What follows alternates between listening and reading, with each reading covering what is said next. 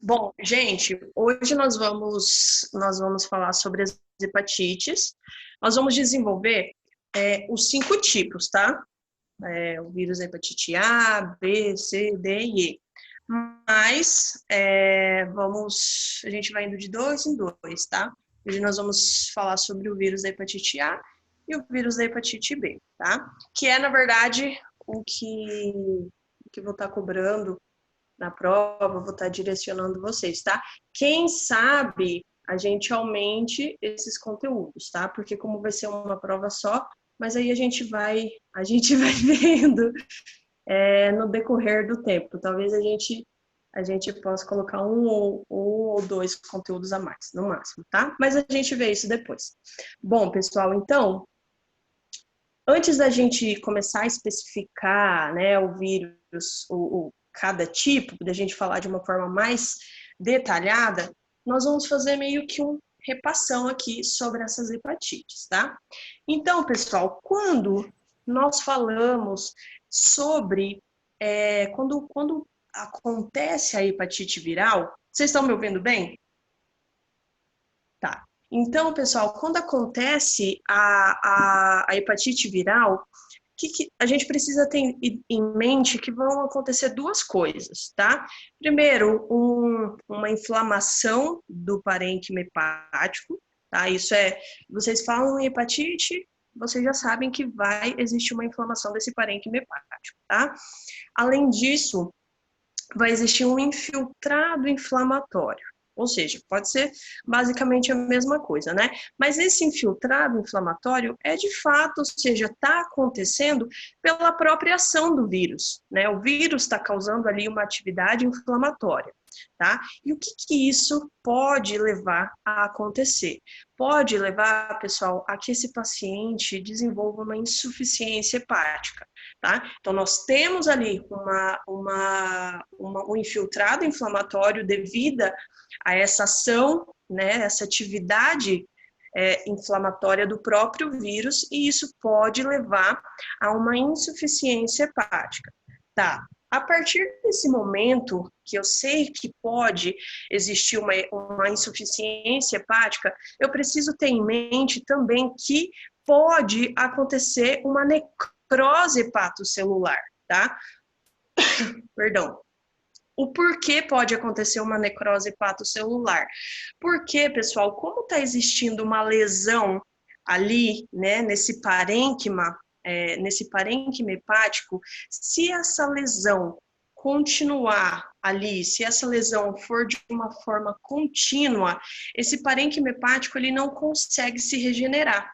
Tá? Então, a partir desse momento, vai existir uma substituição desse nosso parênquima, né, hepático funcional por um tecido cicatricial, ou seja, por fibrose. Tá? Então, pode acontecer essa substituição desse parênquima funcional por esse tecido fibrótico, tá? Porque ele não consegue se regenerar, tá? Então, isso pode acontecer, tá?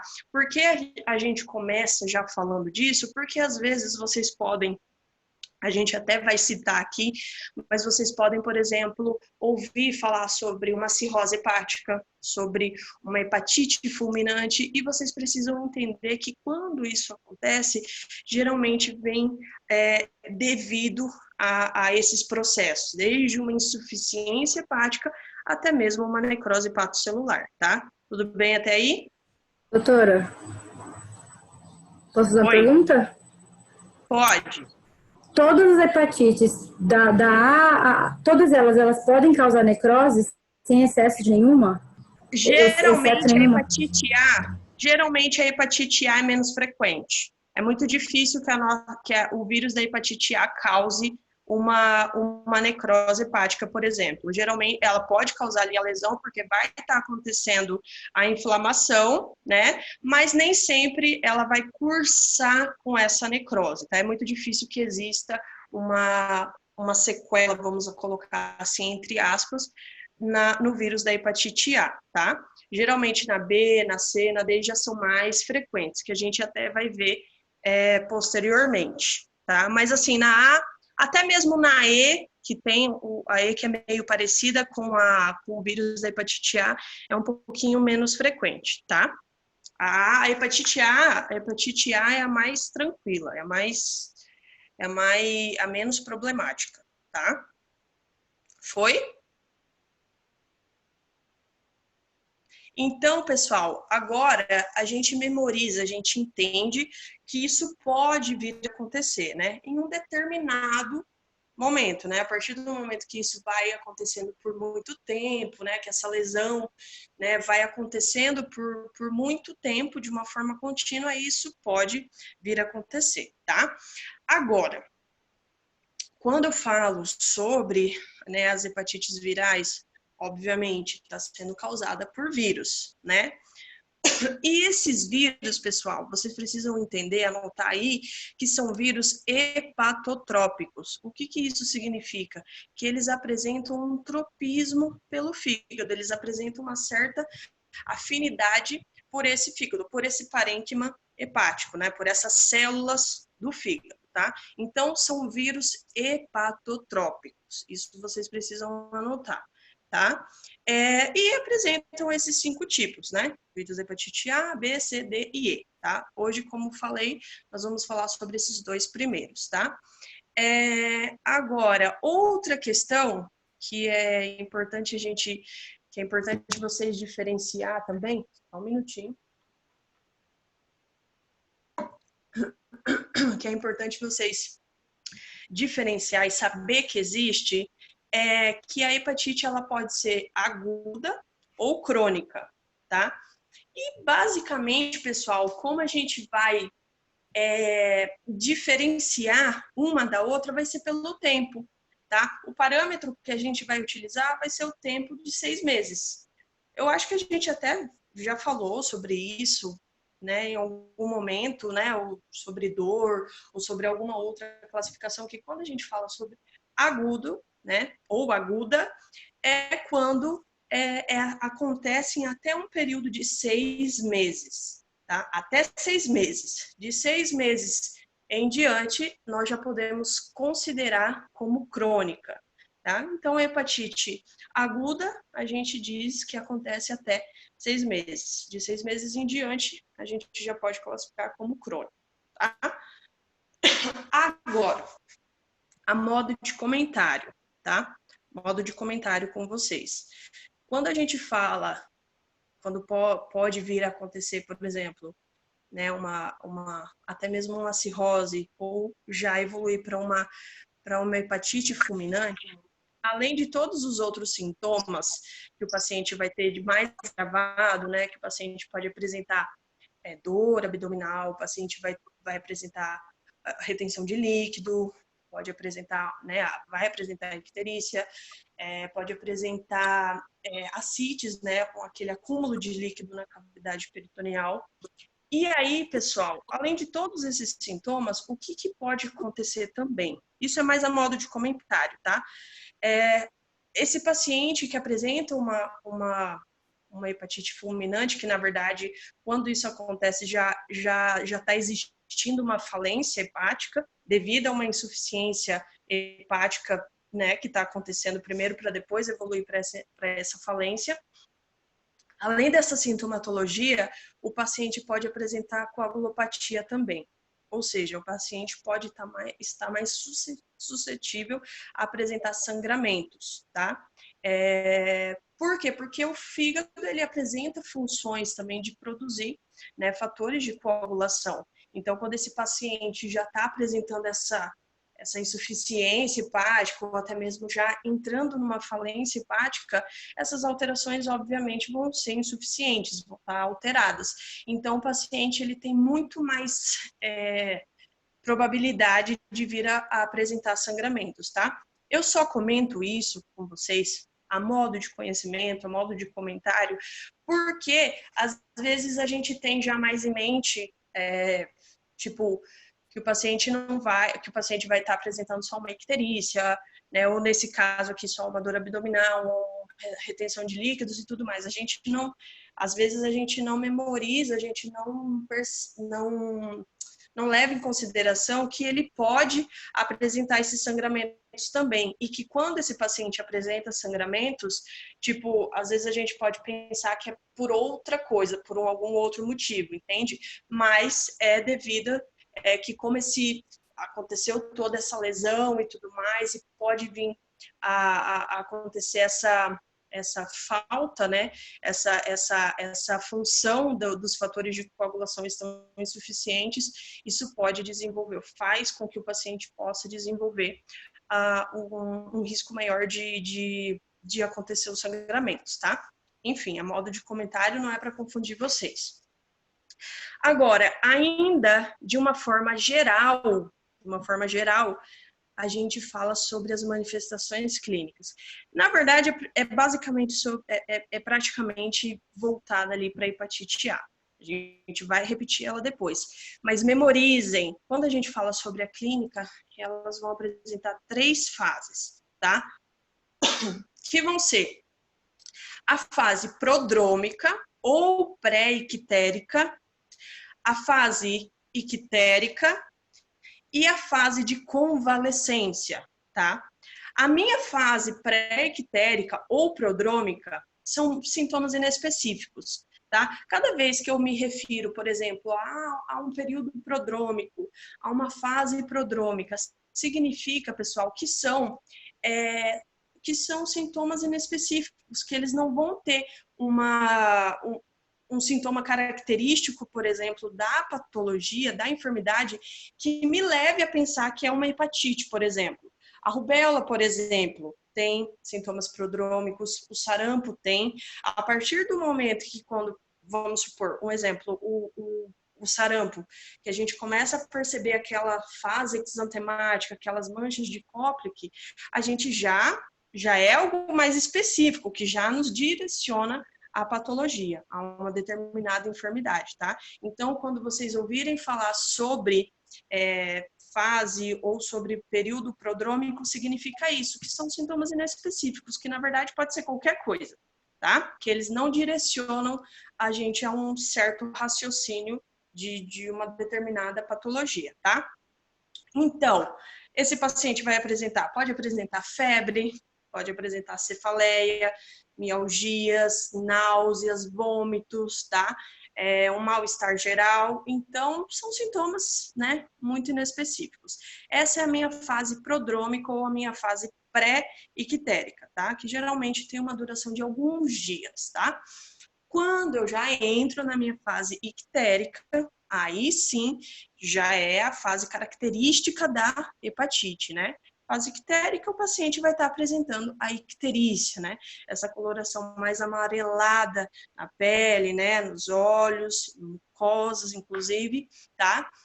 O paciente, além dessa icterícia, ele vai estar apresentando colúria, tá? A colúria, pessoal, é quando acontece um escurecimento da urina, tá? Geralmente a gente pode até denominar como Coca-Cola, urina de coloração Coca-Cola. Ela já é mais escura, tá? Podemos, além de apresentar a colúria, esse paciente pode apresentar a cólia fecal, tá? Que já é o oposto. É quando as fezes elas ficam mais esbranquiçadas, elas ficam sem cor, porque não está existindo um pigmento biliar ali, tá? Para dar essa coloração. E o paciente pode apresentar prurido também. Ele pode apresentar essa coceira no corpo, tá? Então, basicamente, essa fase ictérica são esses sintomas que o paciente vai apresentar, tá? Além disso, pessoal, nem sempre é obrigatório, mas pode acontecer, tá? Que é o quê? Uma hepatomegalia e uma esplenomegalia, ou seja, uma hepatoesplenomegalia.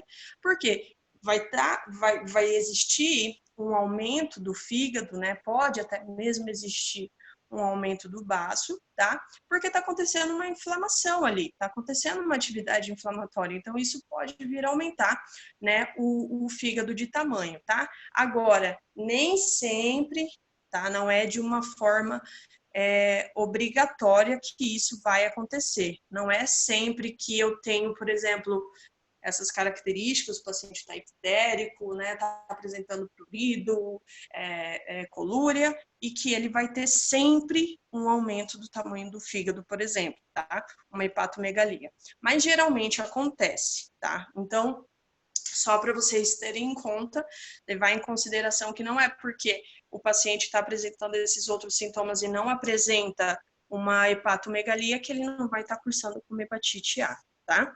E aí, pessoal, a nossa fase de convalescência já é quando é o final dessa sintomatologia. É quando a gente já está, o próprio paciente ele já vai percebendo esse sintoma, a melhora da sintomatologia, né?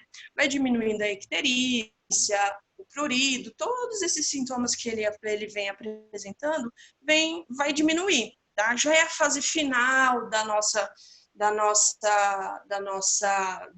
fase aguda, vamos assim dizer, tá? Tudo bem até aí?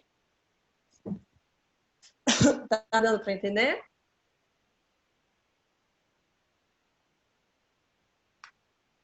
Agora, então, pessoal, a gente entra, vamos falar sobre o vírus da hepatite A, tá? O que a gente vai memorizar? Vamos entender que o vírus da hepatite A é um picornavírus. É um vírus pequeno, tá? Apresenta, como a gente sempre fala dessas estruturas, né? Apresenta uma... ele apresenta, pessoal, um capsídeo, né, com formato icosaédrico, não possui envelope, não é um vírus envelopado, tá? Tem um tamanho de aproximadamente 27 nanômetros, 26 a 27 nanômetros, e o material genético dele é de RNA de fita simples, tá? Basicamente essa estrutura. Agora, o que é importante a gente saber? Que o nosso vírus, o vírus da hepatite A, ele é sorotipo único, tá? E o que isso quer dizer? Que, pessoal, ou seja, que significa que, como ele é sorotipo único, significa que o paciente vai apresentar uma imunidade permanente, tá? Contra esse vírus, tá? Seja de uma forma de uma imunização natural, ou seja, o paciente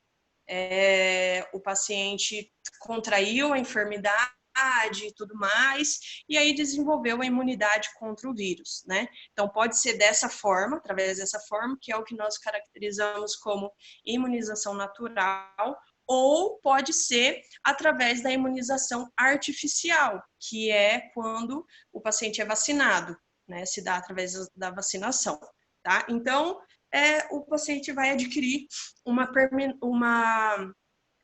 imunidade permanente contra esse vírus, tá? Tudo bem até aí, né? Agora, como vai ser, pessoal, a forma de transmissão, tá? Via fecal oral. Vocês memorizem, hepatite A, via fecal oral, tá? Agora, além disso, né, por água contaminada, alimentos contaminados, tá? Até mesmo a troca de utensílios, né? Esse contato direto com esses fomites pode vir a acontecer, tá? Mas é basicamente dessa forma que ocorre a transmissão. E um detalhe, assim, que quando a gente fala sobre, né, o vírus da hepatite a gente memoriza, a gente entende que existe uma correlação, né, com esse saneamento básico que é, né, deficiente, a falta de higiene, tá? Então, isso predispõe a que o paciente contraia o vírus da hepatite A, tá? Agora, como que ele vai acontecer, como que ele vai entrar ali no meu organismo, né? Vamos supor, esse paciente ele ingeriu essas partículas virais, tá? Essas partículas virais, pessoal, chegam aos hepatócitos, tá? Ali, né, ali no fígado, tá? Se replicam ali mesmo, tá? Então, elas se replicam nesses hepatócitos, podem cair ali na corrente sanguínea, né, se disseminar. E o que acontece? A partir desse momento que está existindo já a nossa replicação, isso vai favorecer que essas partículas virais, essas novas partículas virais, né, infectantes, elas vão ser liberadas na bile, tá? A partir daí, elas podem, ou seja, elas vão migrar na luz intestinal, ou seja, no intestino. Então, a pessoa ingeriu essas partículas virais. Ela chega aos hepatócitos, se replica ali. Dos hepatócitos, ou seja, a partir do momento que está existindo, ela pode atingir a corrente sanguínea, tá? A partir do momento que já está acontecendo essa replicação, o que pode acontecer? Essas partículas, essas novas partículas infectantes, elas podem serem liberadas na bile, tá? E da bile elas podem alcançar, elas vão migrar e chegar nessa luz intestinal, ou seja, no intestino, tá? Para quê? Por que elas precisam chegar no intestino? Porque elas precisam ser eliminadas pelas fezes, ou seja, junto com as fezes ali, para poder ser fonte de infecções, tá? Deu para entender? E aí, então, pessoal, geralmente, também assim, a modo de comentário, geralmente um período máximo que a gente, um período alto de contágio, que a gente pode dizer, né, desse paciente infectado, né, que está eliminando, né, essas partículas virais junto com as fezes, isso pode acontecer geralmente 2 semanas antes da aparição da icterícia, até mesmo 2 semanas depois, ou seja, do desaparecimento dessa icterícia, tá? Mas a modo de comentário. Então, vocês só precisam entender que elas conseguem chegar, né? Elas vão migrar ali para o intestino para poder ser serem eliminadas com as fezes e se tornar, então, novas fontes de infecção, tá? Agora, a clínica é o que nós falamos lá das 3 fases, tá? A nossa fase, ela pode apresentar essas 3 fases, a pré-ictérica, a ictérica e depois a de convalescência, tá? Que deu para entender essas 3 fases também, né? Ok. Então, pessoal, como nós vamos fazer o diagnóstico do vírus da hepatite A, tá? Pode ajudar, a nossa clínica pode, né, ajudar, pode estar presente ali, mas a gente pode fazer dosagem de IgM, tá? A gente pode fazer dosagem de IgM, de IgG, podemos, mas o que vai nos ajudar muito a que a gente consiga fechar esse diagnóstico vai ser as transaminases, né? Ou seja, vai ser porque vai existir uma elevação dessas enzimas hepáticas, tá? Que é a TGO e TGP, tá? Então, isso vai praticamente ser o nosso diagnóstico definitivo, tá? Geralmente, do valor normal dessas enzimas hepáticas, elas podem chegar a aumentar até 3 vezes mais, tá? Então, diagnóstico, vou envolver, né, a questão da clínica, a questão de anamnese, vocês já sabem disso. Posso fazer uma dosagem de IgM, IgG, posso, mas eu posso ir já fazer, para ter um diagnóstico definitivo, eu posso partir para as enzimas hepáticas, que vão estar elevadas, tá? Bastante elevadas. Agora, como eu farei o tratamento do vírus da hepatite A? É um tratamento de suporte, é um tratamento sintomático, tá? Nesse caso aqui, ainda nós não vamos entrar com antiviral, tá? Então, vocês vão hidratar bastante esse paciente, né, fazer uma hidratação, recomendar uma hidratação oral para esse paciente. Podem fazer antieméticos, né, para ajudar nas náuseas, nos vômitos. Pode, pessoal, também, ou seja, vão recomendar uma dieta mais leve, né, para esse paciente também. E é basicamente isso, tá? É um tratamento de suporte, é um tratamento sintomático, tá? Agora, como eu faço a minha prevenção? Isso é importante. Pessoal, primeiro vocês vão orientar esses pacientes, né? A questão de higiene, né? Na hora de que mantenha uma boa higienização, principalmente nas mãos, né? Que esse paciente, que na hora na manipulação de alimentos, né? Possa, que apresente uma higienização. Depois, questão de água tratada, né, de ingerir mais água tratada, filtrada, tipo alimentos mais cozidos, fervidos, enfim. Essas precauções vocês vão indicar para o paciente, tá? Mas aqui, o vírus da hepatite A, ela é uma doença imunoprevenível, então existe vacina, tá? Então, podem anotar aí que a gente vai fazer a vacinação nesse paciente em 2 doses, tá? Geralmente, quando o paciente atingiu, quando o paciente é de 12 meses, 1 ano, o paciente vai tomar a primeira dose, e aí a gente faz um intervalo de 6 meses, e aí o paciente vai tomar a segunda dose, tá? Tá acabando nosso tempo, Larissa? Tá, não tem problema, a gente, aqui a gente pode encerrar, e aí a gente faz você chama a gente de novo. Deu para entender? Todo mundo conseguiu entender? É assim, é o que vocês precisam saber de uma forma sempre mais específica, de uma forma mais simplificada, mas bem mais direcionada, tá? Todo mundo entendeu? Doutora, Oi. eu tenho uma pergunta em relação na hora que o vírus ele é eliminado nas fezes. Isso não quer dizer que o paciente ele já não está mais infectado, ele continua infectado, né? Continua. O paciente, a partir do momento que ele estiver eliminando essas partículas virais ali pelas fezes, ele vai continuar sendo fonte de infecção. Ele continua infectado, tá? E o que acontece? Ele pode já estar, como eu falei, nessas 2 semanas antes de aparecer a icterícia, lembra que ele está ali na nossa fase prodrômica, né? Que às vezes ele pode aparecer esses sintomas mais inespecíficos, né? Aí ele já vai estar, ele já é um portador, ele já tá eliminando ali, ele continua com o vírus, tá?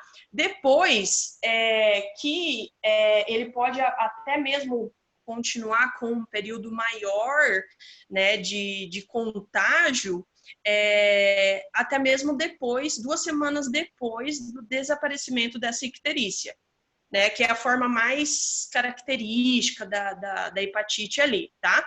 Aí, depois, com o tempo, isso pode ir diminuindo, porque a partir do momento que a gente já percebe que esse paciente apresenta icterícia, esses sintomas, a gente já vai começar, ou seja, esse paciente, como é uma doença autolimitada, ele mesmo já vai começar a melhorar de uma forma mais espontânea, tá?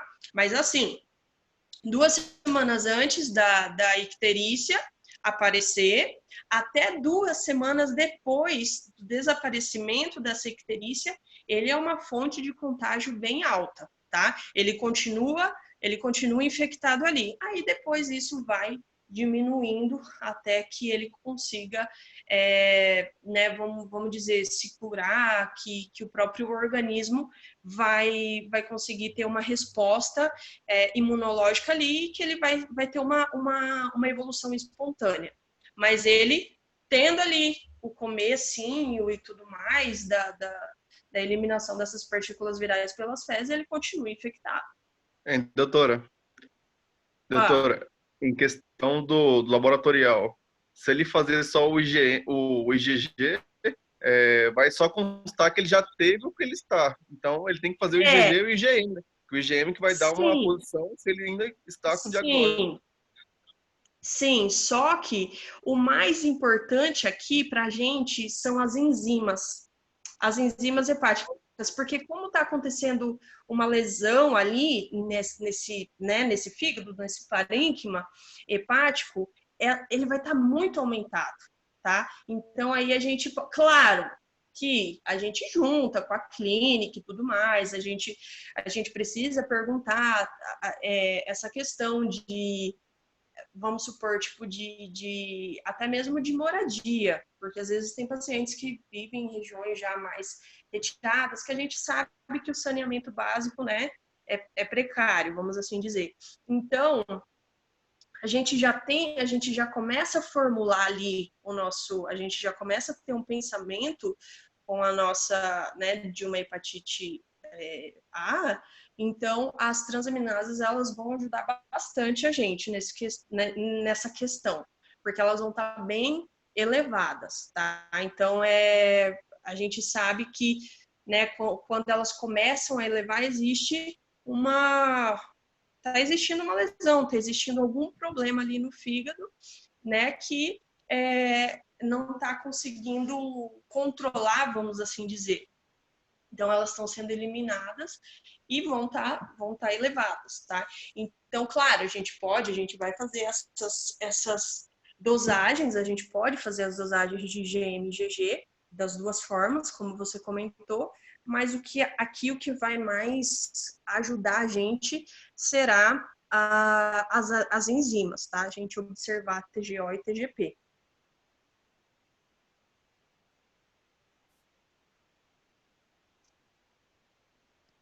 Deu para entender? Deu sim, doutor, deu sim. Foi? Vamos encerrar Foi. então, Larissa, para a gente começar outra? Vai lá então.